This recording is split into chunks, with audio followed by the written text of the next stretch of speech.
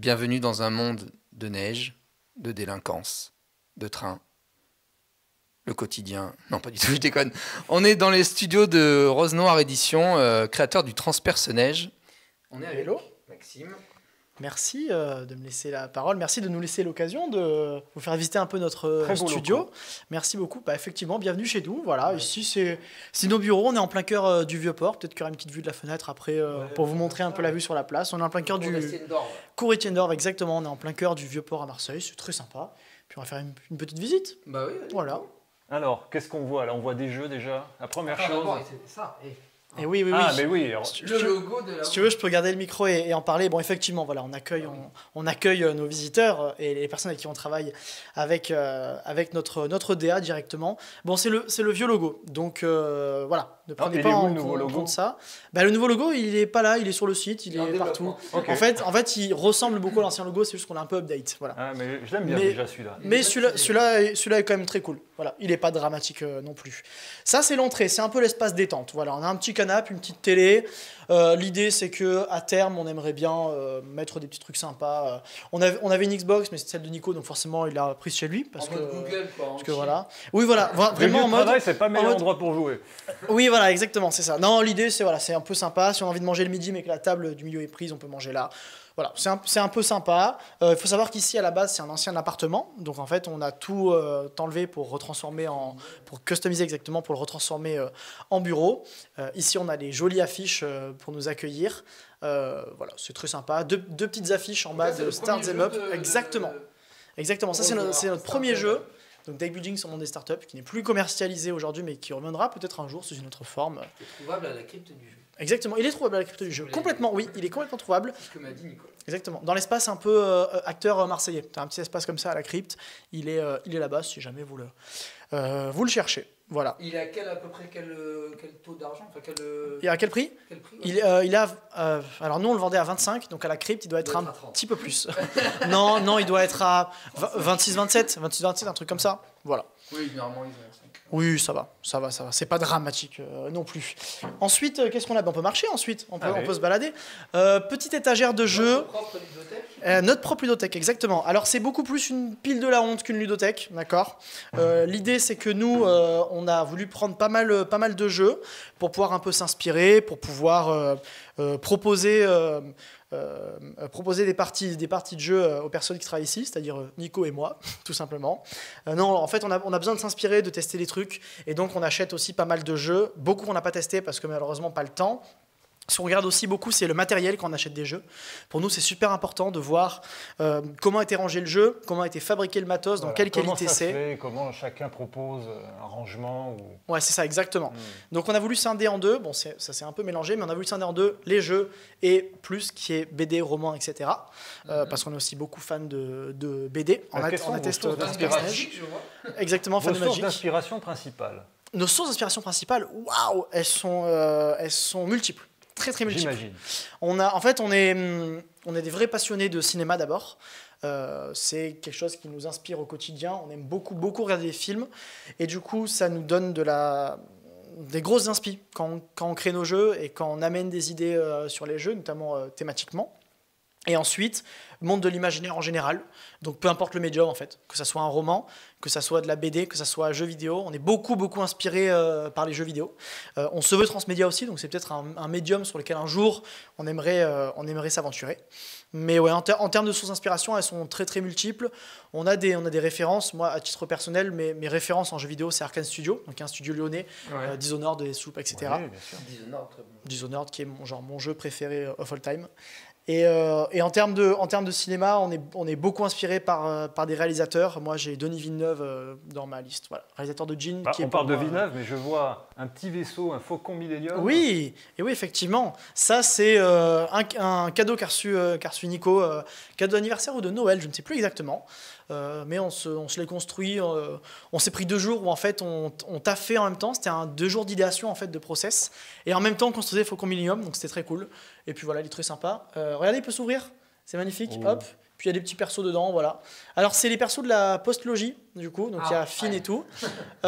Pour moi, Star Wars 8 est l'un des meilleurs Star Wars jamais créés. Je peux m'attirer les foudres de beaucoup de personnes en disant ça. On va lancer un débat. Et pourtant, je suis fan de Star Wars depuis le premier jour. Enfin, depuis le premier jour, non, je n'étais pas né, mais depuis que je suis né en tout cas. Donc j'avais l'aptitude de pouvoir voir des films. On voit aussi une boîte des runes, donc vous avez pris Ouais, complètement. Et Rune, jeu formidable. Nico avait rencontré l'équipe à Cannes il y a 2 ans, donc en 2020, c'est ça, 2020. Leur stand était à côté. Et donc, Nico avait pris la grosse boîte des runes, l'édition héroïque. Le travail d'édition est magnifique. Et ça vous plairait de faire un dungeon crawler Alors moi, c'est un truc qui m'inspire pas forcément, les dungeon crawlers, parce que j'ai pas été touché par ça. J'ai pas été bercé à ça non plus. Moi, je vois HeroQuest. Voilà, j'ai surtout pas joué. T'as pas grandi avec ça. Voilà, j'ai pas grandi avec ça. Donc c'est pas un truc qui m'inspire. T'as pas le même affect. J'ai pas d'affect. Par contre, si un jour on me propose une mécanique ou une idée autour du dungeon crawler qui est originale et qui amène quelque chose d'intéressant, je suis fermé à rien. C'est toujours cool. Voilà. Là, on a une petite salle. Alors, pour l'instant, elle est très peu rangée. Elle est on va dire encombrée pour ne pas être vulgaire. En gros, c'est une salle où normalement il y a une petite table de réunion au cas où il y a plusieurs trucs qui se passent en même temps. On peut se poser là et discuter tranquillement. La mascarade des frères Grimm, il est bien. On l'a pas testé. Alors comme tu disais, tu voulais peut-être te transformer en studio d'enregistrement. Ouais, à terme, c'est une des idées en fait, mais on se dit que c'est une petite salle sympa. Il y a, en termes d'éclairage en fait, quand tu l'éclaires bien, elle est très cool. Et du coup, on se dit que ça peut être intéressant. En plus, en termes d'acoustique, elle est très cool. Donc, ça peut être intéressant si un jour on veut faire de la vidéo, du stream ou des trucs comme ça. On a fait un stream de lancement la semaine dernière pour notre campagne. Ça s'est super bien passé. Et les gens en voulaient d'autres streams. Donc, on se dit, en vrai, si un jour on y arrive, c'est toujours intéressant. Mais voilà. Mais ne jugez pas l'état de cette salle parce qu'il est dramatique. On ne dira rien, évidemment. Est-ce qu'ensuite on peut présenter la table centrale, la magnifique table centrale? Alors là on ne voit pas parce qu'il y a la nappe, mais normalement il y a une très belle table en bois. Alors quel type de bois? Alors là je n'en ai aucune idée parce que je ne suis pas ébéniste. On a aussi un très beau pied. C'est du bois blanc. Oui, quand même. Oui, c'est du sleeve de bois exactement. On a aussi un très beau pied de table, c'est une très belle table. Ah, effectivement. Oui. Et oui, c'est magnifique. Oui, voilà, regardez le travail. On n'est plus dans les jeux de société, on est chez Stéphane Plaza actuellement. Et donc l'idée, c'est qu'en fait cette table, elle nous serve pour accueillir du monde. Donc vous êtes venus par exemple, on s'est installé ici parce qu'elle est très centrale. Elle est pas loin de la bibliothèque de jeux, donc c'est cool quand on veut sortir un jeu, le tester, bam, on teste direct. Pour manger le midi, hop, on débarrasse tout vous avez et tout. Une petite cuisine quand même équipée. Oui. Alors on l'utilise très peu parce qu'à côté il y a des trucs formidables pour manger. Ah bah là vous êtes bien placé pour manger. On est très très bien placé. Je me permets de faire la pub des Halles et de Taste qui est sur le Vieux-Port et qui est incroyable. Vous êtes installé au bon moment parce que les Halles viennent de s'installer aussi. Oui, complètement. Et pourtant on a fait l'ouverture et c'était dramatique l'ouverture parce qu'ils n'étaient pas préparés. Mais aujourd'hui ça va très bien, je vous rassure. Il y a du monde, hein, ça m'a. Oui, il y a du monde. Ouais, ça va très bien. C'est difficile même de manger à certaines heures. Il faut venir à midi pile. Ouais, tu peux ouvrir. Alors là, je sais pas en termes de son comment vous serez. Je tends le micro. Oui, non. Ah, le son pour entendre un peu Oui. Ouais. Ouais, c'est calme quand même. Alors là, c'est extrêmement calme. Mais en fait, ce qui est dingue, c'est que quand tu fermes la fenêtre, après, tu n'as plus aucun bruit. Ah ouais. Vous avez vu? Ouais, Et le prix d'achat est négociable. Pas du tout. On est vraiment dans Stéphane Plaza là. Et net vendeur. Et donc, en fait, ce qui est cool, c'est qu'on n'a pas de bruit. Donc, pour le calme, pour le bosser, c'est cool. Si on a besoin d'avoir quand même de l'ambiance, parce que des fois, tu as besoin de ça, tu ouvres la fenêtre et tu as les bruits des gens qui sont au resto, au bar, et c'est formidable. Et quand il y a des travaux, parce qu'il y a souvent des travaux sur cette place, mais pareil, on n'a pas les bruits des travaux. Donc pas trop chaud l'été? Ça va? Si. Ouais. L'été, on n'en peut plus. L'hiver, on a froid. C'est mal isolé, mais c'est les vieux apparts, c'est normal. Est-ce que le toit est juste au-dessus, non? Non, pas du tout. Au-dessus, il y a un appart, si je te dis pas de bêtises. Ouais, je suis pas sûr, hein, mais je crois qu'il y a un appart au-dessus. C'est un peu tentaculaire là où on est. C'est un peu les vieux immeubles de Marseille, donc c'est un peu tentaculaire, mais c'est cool, on aime bien des trucs comme ça. Et puis ensuite, voilà les bureaux. Alors là, pareil, les bureaux ne sont pas du tout rangés parce qu'on n'avait pas prévu de faire ce petit room tour en fait. On n'avait pas du tout prévu, donc c'est pas rangé, mais c'est la façon dont on aime bien travailler. On est rangé. Voilà, c'est ça. C'est comme on dit, c'est un bordel organisé. Voilà, comme on dit. Nos dossiers sur l'ordi sont très bien rangés, nos fichiers de travail sont très bien rangés, mais nos bureaux ne le sont pas du tout. Il faut forcément un peu de carnage pour pouvoir créer. Et donc voilà, le bureau de Nico et le mien, nos bureaux sont collés parce que c'est plus simple pour les échanges. Ça nous évite de gueuler à l'autre bout du bureau. Et donc voilà, on est bien là. Alors vous est êtes deux, il cool. n'y a pas une troisième personne Alors on est deux à temps plein. On a une illustratrice qui est en alternance chez nous qui s'appelle Elona, qui est à l'école Innov, qui s'occupe de l'illustration du jeu Mori, donc qui est en prototype, dont on parle dans l'interview. Exactement. Et voilà, on est deux à temps plein avec Nico parce qu'on n'a pas besoin de plus. En fait, on aurait techniquement besoin d'une troisième personne en plus pour se décharger de 2-3 trucs, mais pour l'instant, en fait, ça va très bien à deux. Ouais. Voilà. Après, il faut voir si ça prend de l'ampleur, si vous avez besoin et vous pouvez vous permettre d'avoir Exactement. d'autres Comme personnages. Transpersonnage est un beau succès sur Kickstarter, ça nous débloque des fonds et on se dit par exemple à la rentrée, s'il y a besoin et si on grossit, on peut accueillir par exemple une troisième personne. Étape par étape avec un noyau Exactement. fonctionnel. Ouais. Exactement. Ça ne va rien d'engager 40 000 personnes pour rien, quoi. À deux, on pouvait faire le job, comme beaucoup de maisons d'édition d'ailleurs. Hein. Beaucoup, ils sont très très peu. Disto Studio, ils sont 2. Narcopolis, ils sont, je pense, ils sont 3 si on compte l'auteur et l'illustrateur. Ils sont à moitié dans la maison d'édition, donc ouais, ça le fait. Alors, en termes de jeux, là aussi, il y en a encore pas mal. Ouais, il y en a vraiment pas mal. Est-ce que tu en as testé un récemment? Terror Bello. Alors récemment, on n'a pas testé ça non plus. On n'a rien testé. Terror Bilo, c'est vrai que ça, je connaissais pas, ça Avec le m'intrigue. dessin, ça me donne envie. Je le Ça note. me rappelle Trémor, le vieux film. Oui, je le note pour Trémor. La DA donne envie, effectivement. Mais je sais pas du tout ce que c'est, je sais pas du tout à quoi ça correspond. Mais c'est un truc un peu. Tu vois, moi, ça me fait penser un peu au sandworm que tu as dans Dune. Oui. Les vers de sable, je sais plus comment vers de sable, ouais, c'est ça. Ah, c'est Origami. Exactement, c'est chez Ori Games qui font de l'excellent taf. Je crois que c'est le maximum de jeux que j'ai, c'est de chez eux. De Ori Games, ça ne m'étonne pas, ils font du très très beau boulot. Alors, on a parlé de Ori Games. Radlands, donc apparemment. Ouais, Radlands, on l'a pledgé sur KS, donc c'est la version Kickstarter, c'est pour ça que la couverture est comme ça. C'est pour ça qu'il y a des super jetons pour l'eau. Ouais. Voilà. Travail d'édition magnifique sur Radlands. On l'a testé, on a fait une partie, c'était formidable, on s'est régalé.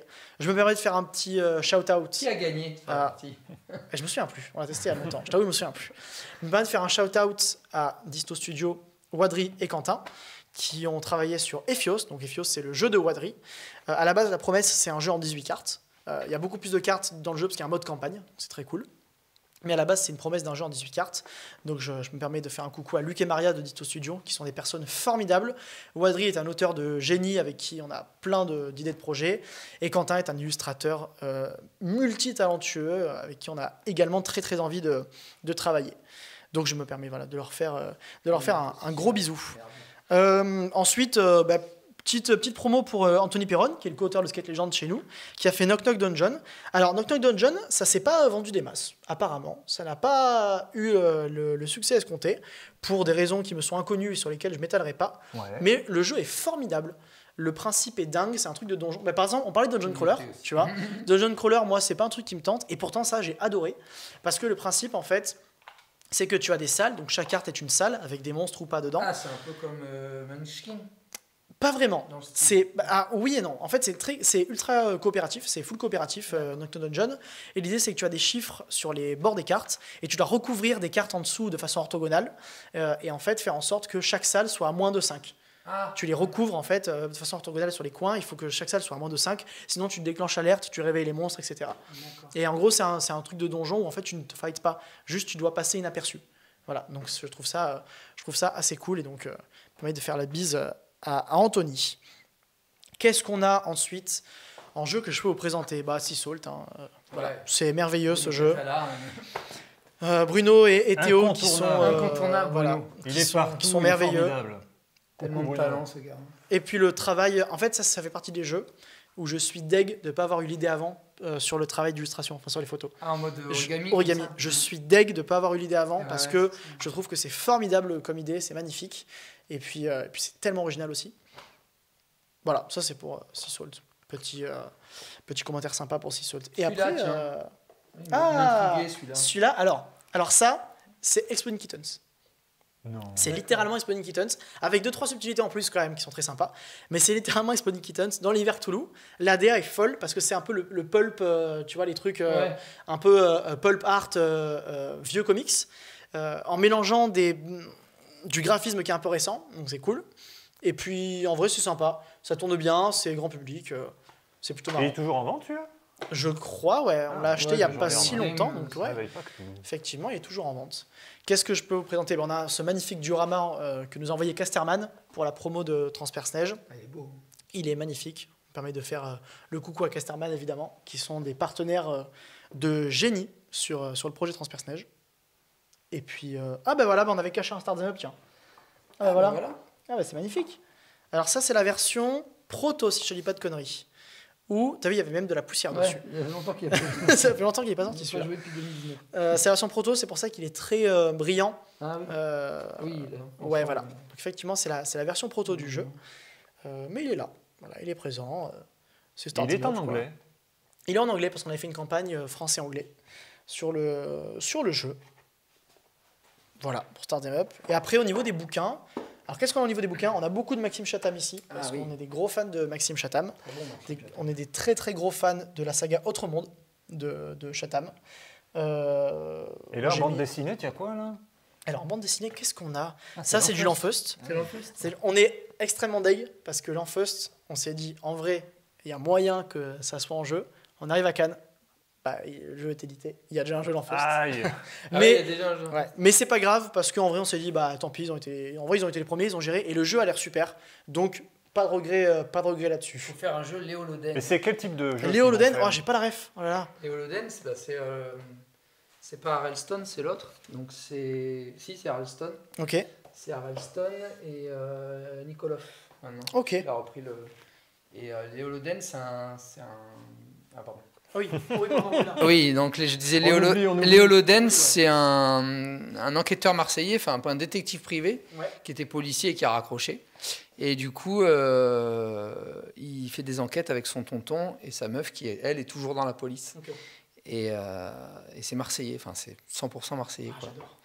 Et à la base, je crois qu'il devait faire une série EuropaCorp, finalement ça s'est pas fait. Ouais. Et voilà quoi, et je trouve que ça pourrait être pas mal de faire un jeu Léo Loden en mode, je sais pas. Alors, le jeu dont tu nous parlais sur Lanfeust, c'est quel type de jeu qu'il propose Alors, en prévision? j'ai pas trop regardé, je t'avoue. J'ai Ouais. pas eu le temps en fait à Cannes de regarder. Donc je crois que c'est du compétitif. Enfin, je sais même pas en fait. Donc je vais pas m'avancer plus. Et je crois qu'il y a toutes les infos sur internet. Ils commencent à faire une belle com dessus. En fait, je crois qu'ils l'ont annoncé à Cannes le jeu. Donc c'est pour ça que pour l'instant on n'entend pas trop parler. Mais le peu de bruit qu'il a fait à Cannes, en tout cas, ça a été ultra positif. Les retours ont été ultra Ah oui, positifs. j'en avais pas du tout entendu parler. Ouais. Ok. Ça, alors qu'est-ce que c'est que ça? Ça c'est ce qu'on appelle la boîte à pas con. Ta boîte à idées. C'est la boîte à pas con. Parce qu'on se dit, des fois, ça, c'est pas con. Et donc, hop, voilà. Alors, il y a des trucs. Ils sont sympas, tu les as achetés où les... Ça, je crois que c'est Nico, les a achetés, les Sympa. bagnettes. Alors, je vais regarder en détail, parce qu'il y a peut-être des trucs qui sont privés. Est-ce qu'il y a genre ça c'est nul, donc on met un bonhomme qui fait la gueule? Vraiment, Non, vraiment pas du tout. Écoute, je crois qu'il n'y a rien de privé pour l'instant. Il n'y a pas de liste de courses. Non, mais quand je dis privé, c'est des trucs qui ne peuvent pas sortir dans le pro pour l'instant, Ah. parce que c'est secret. Mais Mais je apéro crois- rose noir, ça, c'est- Voilà, les apéros noirs, c'est un truc qu'on aimerait bien faire à l'avenir. Non, les apéros noirs, c'est un truc qu'on aimerait bien faire avec la communauté. En gros, les gens viennent au bureau, ils testent des jeux. Bon, Ah bah ouais, ça serait cool. mais ça, on verra. Ça, c'est pas dans nos priorités pour l'instant parce qu'on n'a pas trop le temps ni les moyens d'organiser ça.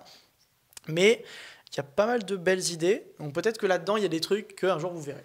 Voilà. Je sais pas si ça prendra vie, mais dès qu'on a une idée, hop, on le note. Ouais. Donc, par exemple, le chat mouraille, donc le chat mouraille. Ah oui, Samouraï. samouraï. Donc c'est un chat. Voilà. Ah, bah, on en parlait tout à l'heure de Ouais, samouraï. ça, de jeu de samouraï. Donc Eh ben, voilà. c'est un peu, C'est ça un vous trotte, ch- ça vous c'est un travaille. chat mouraille, quoi. Voilà. On a juste noté ça. Voilà, c'est la boîte à pas con. On note. C'est l'idée après. Ah, mais c'est ça des- me fait c'est des penser briefs à venir à autre chose, quoi. Samurai Pizza Cat, le vieux, Ah le vieux oui. dessin animé. Samouraï Pizza Cat. Waouh. Ah ouais, Le c'est vieux, concept c'est a l'air années fou. 80, 90, je sais même plus, c'est 90. Ouais, 80. Mais regardez, tu te renseigneras. Je me renseignerai et je le noterai sur la boîte à pas con. C'est pas ta génération de ce que j'ai cru comprendre. Je crois pas. C'est Mais vieux. pourtant, T'as j'ai. quel âge du coup et toi? Ah, avec quel âge tu me donnes? Moins d'une trentaine d'années, je dirais Ouais. 27, 28. Vraiment? À tout casser. Ouais. Et tu me donnerais combien? C'est pas une question piège, hein. C'est difficile à estimer. C'est pas une question piège. Ah ouais. Je sais pas, je dirais 28 aussi. Oh, waouh. Non. Ah, les gars, j'ai 23 ans. Ah bon? Ah, putain, désolé. Bah non, moi je suis content, ça me vieillit, je suis content. D'accord. Non, Ok. c'est vrai, j'ai eu du mal, Ah j'ai du mal à estimer. ouais. Ok, bah non, mais je suis content. Je Allez. sais pas, t'as une certaine Sympa. maturité. Oui, c'est Ah, vrai c'est gentil, que- merci. Ouais. Ouais, de parler, Bah, il en faut tout quand ça. même pour faire des jeux. Oui, Oui. oui. Tu fais pas J'ai 23 ans, voilà. Ouais, Tu bah, fais, j'ai pas le choix de. 23 ans mûr, donc plus. Oh, c'est gentil, merci. Plus 27. Ouais. 26 en tout cas. Allez, 26. On va être gentil. Donc très jeune, hein, parce que pour se lancer Ouais. dans toute cette aventure, surtout que là tu nous avais un peu parlé de ton parcours, donc déjà un vécu, déjà. Ouais. Et donc j'imagine beaucoup d'envie hein, pour. Ah bah oui, en fait, c'est ça. C'est pour ça que je pense on arrive à continuer et qu'on a envie de faire des choses et qu'on est toujours inspiré au quotidien. Moi, c'est parce que je suis jeune et donc que j'ai l'envie de faire. J'ai la niaque. Oui, t'as encore J'ai la la niaque, ouais, voilà. ouais. Et donc, j'ai ces envies de faire, de rencontrer des gens, d'aller parler, d'aller présenter des trucs. Et donc, c'est pour ça que bah, je pense que ça marche bien et j'espère que ça marchera toujours autant. Mhm. Voilà. Bah là, de toute façon, les retours sont très positifs. Ouais. Transpersonnage donc, a fait quand même pas mal réagir. Et on souhaite que le meilleur. Et je pense que vous êtes en bonne voie. Ah, merci. Vous avez l'envie et les atouts. Nico, est-ce que tu vas baquer sur le transpersonnage? Bah, toi, tu vas le baquer. On évite d'avoir des jeux. Moi, je l'ai nuls. baqué en deluxe, moi, monsieur. Ah, C'est la base. On y jouera. Ça, c'est une certitude. Merci. Merci.